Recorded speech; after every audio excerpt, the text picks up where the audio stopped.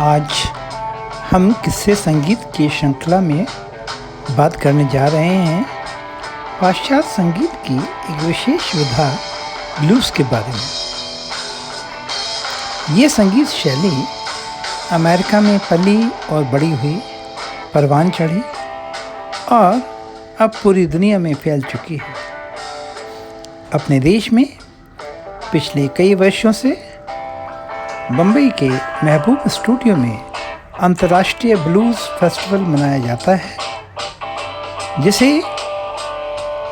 दुनिया के सबसे महत्वपूर्ण ब्लूज़ फेस्टिवल के रूप में देखा जाता है। जाने माने ब्लूज़ गायक और परफॉर्मर इसमें भाग लेते हैं। मूलतः ब्लूज़ अफ्रीकन अमेरिकन संगीत है, जिसमें भावनाओं और संगीत शैलियों का जबरदस्त घालमेल है। अंग्रेजी में फीलिंग ब्लूज़ एक मुहावरा है जिसका अर्थ है अवसाद यानी दुख दर्द। तो बुनियादी तौर पर ब्लूज़ म्यूज़िक में अवसाद के रंग होते हैं। ब्लूज़ संगीत अन्याय के खिलाफ आवाज़ है। प्यार या नौकरी में धोखा ये भी इनका विषय होता है। बेहतर जिंदगी के लिए स्वर भी ब्लूज़ में मिलते हैं। साथ ही ब्लूज़ में एक अलग अंदाज में डांस संगीत भी मिल जाएगा। ऐसा डांस जो सफलता और आनंद को सेलिब्रेट करता है। कहा जाता है ब्लूज़ संगीत सुनकर लोगों को अवसाद दूर करने में मदद मिलती है। बहुत सारे ब्लूज़ प्रेमियों का अनुभव इसी प्रकार का है। ब्लूज़ संगीत का इतिहास यही कोई 100 वर्ष पुराना है, जब व्यावसायिक संगीत कंपनियों ने 1920 के आसपास अमेरिका में अश्वेत मजदूरों के लिए रिकॉर्ड निकालने की शुरुआत की। उस समय ये प्रयास क्लासिक ब्लूज़ के नाम से मशहूर हुआ था। इस पे जाज संगीत का खासा प्रभाव था। बाद में चार्ली पैटन, ब्लाइंड लेमन, जो पर्सन, ब्लाइंड फ्लॉय फुकलर, रॉबर्ट जॉनसन, इन लोगों ने ब्लूज़ को एक विशिष्ट पहचान दिलाई। यह वो दौर था जब एक अकेला गायक गिटार या पियानो के साथ स्टेज पर नजर आता था। यह सिलसिला 1940 तक तो चला। बाद में ब्लूज़ बैंड ने गिटार, परकशन के साथ ही सैक्सोफोन जैसे इक्विपमेंट्स का इस्तेमाल करना भी शुरू कर दिया। ये वो दौर था जब BB King, T Bone Walker, Muddy Waters, Little Walter तरीके गायक ब्लूज़ विधा को एक विशिष्ट पहचान देने में जुटे हुए थे। ब्लूज़ समकालीन अमेरिका संगीत परिदृश्य का महत्वपूर्ण हिस्सा बन चुका है। इसने धीरे धीरे अर्बन सोल और रॉक की खूबियों को भी समाहित कर लिया है, लेकिन फिर भी ब्लूज़ की अपनी पहचान ट्रेड बार शैली, ब्लूज़ का प्रोग्रेशन, भावुकता से भरे शब्दों से है, जिसे अभी तक ब्लूज़ बैंड और गायकों ने अक्षुण्ण बनाए रखा है। जब भी ब्लूज़ का जिक्र होता है, बीबी किंग की चर्चा के बिना वह अधूरा रहेगा। मिसिसिपी के कपास के खेतों से किंग का सफर उनके संघर्ष का एक दस्तावेज है। जहां अन्य गायकों की बढ़ती उम्र उनकी गायकी के लिए बाधा बनती है, वहीं किंग की गायकी और गिटार दोनों साल दर साल निखरती गई।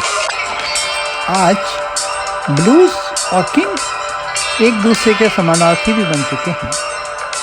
यही नहीं, वे गिटार में तो एरिक क्लिप्टन से लेकर जॉर्ज हैरिसन और जेफ बैक के रोल मॉडल बन चुके हैं। 50 वर्षों तक बी.बी. किंग ने ब्लूज पर एक छत्र राज किया है। ब्लूज में महिला गायकों की अगर बात करें तो सबसे ऊपर नाम एट्टा जेम्स का है। 1961 में एट्टा जॉन ने अपना कैरियर शुरू किया था। इस गायिका का 10 मामा यादगार नंबर है। जेम्स 2011 तक ब्लूज परिदृश्य पर खूब सक्रिय रही हैं।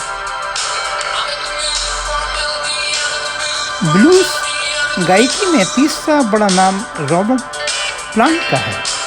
60वें दशक में उन्होंने ब्लूज परिदृश्य पर राज किया। प्लांट ने ब्लूज को डांस संगीत का फ्लेवर देने का भी काम किया। पुराने ब्लूज गायकों का जिक्र छड़ा है तो मडी वाटर के बारे में बात किए बिना चर्चा अधूरी रहेगी। उसकी आवाज़ में भावनात्मक गहराई गजब की है। 5वें दशक से 7वें दशक के बीच मडी वाटर्स की आवाज़ कभी बेहद भाव तो कभी विरोध के स्वर, कभी धमकाने वाला अंदाज, इस सब के कारण ब्लूज में उनका अपना ही एक मकाम है। एक खास बात और, मशहूर बैंड रोलिंग स्टोन ने अपने ग्रुप का नाम मडी वाटर्स की हिट रोलिंग स्टोन्स पर ही रखा था। लोग अक्सर सवाल करते हैं कि अब तो अशिक्षित लोगों को मताधिकार भी मिल गए हैं, समानता के और भी बहुत सारे हकूक़ मिल चुके हैं। ऐसे में अवसाद और प्रतिरोध के स्वर बुलंद करने वाले ब्लूज का भविष्य क्या बनेगा? ये एक रोचक प्रश्न है। उत्तर है, अब ब्लूज केवल अमेरिका का नहीं, पूरी दुनिया का संगीत बन चुका है। इसलिए ताकतवर के विरुद्ध स्वरों की जरूरत आगे भी बनी रहेगी। इन दिनों ब्लूज में संभावना भरे काफ़ी सारे नाम उभरे हैं। इनमें सबसे ऊपर ग्रेटा वॉन फ्लीट हैं। बुनियादी तौर पर ये लोग मॉडर्न रॉक बैंड हैं जिसके सभी सदस्य 25 वर्ष से कम उम्र के हैं। 2017 में उनका गीत फ्रॉम फायर आया था, उसे बहुत पसंद किया गया। एक और नाम लॉर्किन प्रो का है। ये दो बहनें रेबेका और मैगन लावल हैं जिन्होंने ग्रुप की शुरुआत की थी। ये गए वक्त के ब्लूज हीरो के हिट गाती हैं, साथ ही अपना मौलिक कार्य भी करती हैं। इनका एल्बम पीच आया था।